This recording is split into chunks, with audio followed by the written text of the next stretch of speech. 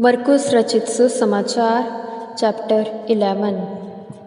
यरूशलेम में विजय प्रवेश। जब वे यरूशलेम के निकट जैतून पर्वत के किनारे बैतफगे और बैतनिय्याह को पहुँचे तो उसने अपने चेलों में से 2 को भेजा और उनसे कहा, अपने सामने के गांव में जाओ और प्रवेश करते हुए तुम्हें एक गदही का बच्चा बंधा हुआ मिलेगा जिस पर अब तक कोई सवार नहीं हुआ। उसे खोल कर ले आओ। यदि कोई तुमसे कहे, ऐसा क्यों करते हो, तो तुम कहना, प्रभु को इसकी आवश्यकता है और वह तुरंत ही उसे यहाँ भेज देगा। वह गए और उन्होंने बाहर गली में द्वार के पास एक गदही के बच्चे को बंधा हुआ पाया और वे उसे खोलने लगे। वहाँ खड़े कुछ लोगों ने उनसे कहा, ये क्या कर रहे हो? गदही के बच्चे को क्यों खोलते हो? और यीशु ने जैसे बताया था उन्होंने वैसा ही उनसे कह दिया। तब उन्होंने उसे ले जाने दिया। उन्होंने गदही के बच्चे को लाकर उस पर अपने वस्त्र डाले और वह उस पर बैठ गया। और बहुतों ने अपने वस्त्र मार्ग पर बिछाए और अन्य लोगों ने खेतों से ढालियाँ काटकर फैला दी।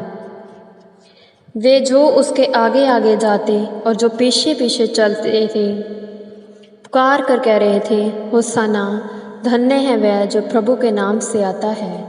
हमारे पिता दाऊद का आने वाला राज्य धन्य है। सर्वोच्च स्थान में होसाना। वह यरूशलेम में प्रवेश करके मंदिर में आया और चारों ओर देखकर 12 के साथ बैतनिय्याह चला गया, क्योंकि संध्या हो चुकी थी। और दूसरे दिन जब वह बैतनिय्याह से निकले तो उसे भूख लगी और पत्तों से भरे एक जंजीर के पेड़ को दूर से देखकर वह उसके पास गया कि कदाचित कुछ मिल जाए। पर वहाँ पहुंचकर पत्तों को छोड़ और कुछ ना पाया, क्योंकि फल लगने का मौसम ना था।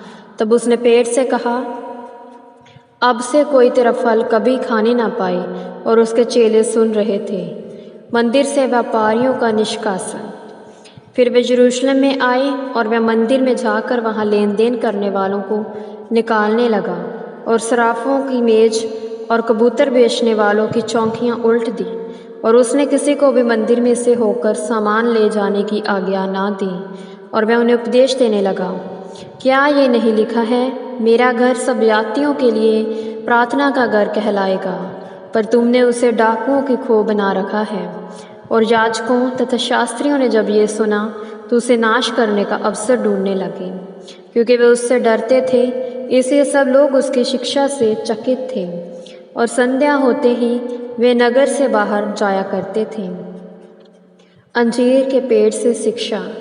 फिर प्रातःकाल जब वे उधर से जा रहे थे तो उन्होंने उस अंजीर के पेड़ को जड़ तक सूखा हुआ देखा। पतरस ने स्मरण करके कहा, रब्बी देख, ये अंजीर का पेड़ जिसे तूने श्राप दिया था सूख गया है। यीशु ने उनसे कहा, परमेश्वर पर विश्वास रख। मैं तुमसे सच कहता हूँ, जो कोई इस पर्वत से कहे उखड़ जा और समुद्र में जा पड़ और अपने मन में संदेह ना करे, परंतु जो कुछ उसने कहा विश्वास करे तो हो जाएगा, उसके लिए वह हो जाएगा। इसलिए मैं तुमसे कहता हूँ कि जो कुछ तुम प्रार्थना में मांगते हो विश्वास करो कि उसे पा चुके हो और वह तुम्हें मिल जाएगा। और जब कभी तुम खड़े होकर प्रार्थना करो तो यदि तुम्हारे मन में किसी के प्रति कुछ विरोध है तो क्षमा करो, जिससे कि तुम्हारा पिता जो स्वर्ग में है तुम्हारे भी अपराध क्षमा करे। यदि तुम क्षमा नहीं करोगे, तुम्हारा पिता भी जो स्वर्ग में है तुम्हारे अपराध क्षमा नहीं करेगा। यीशु के अधिकार पर संदेह।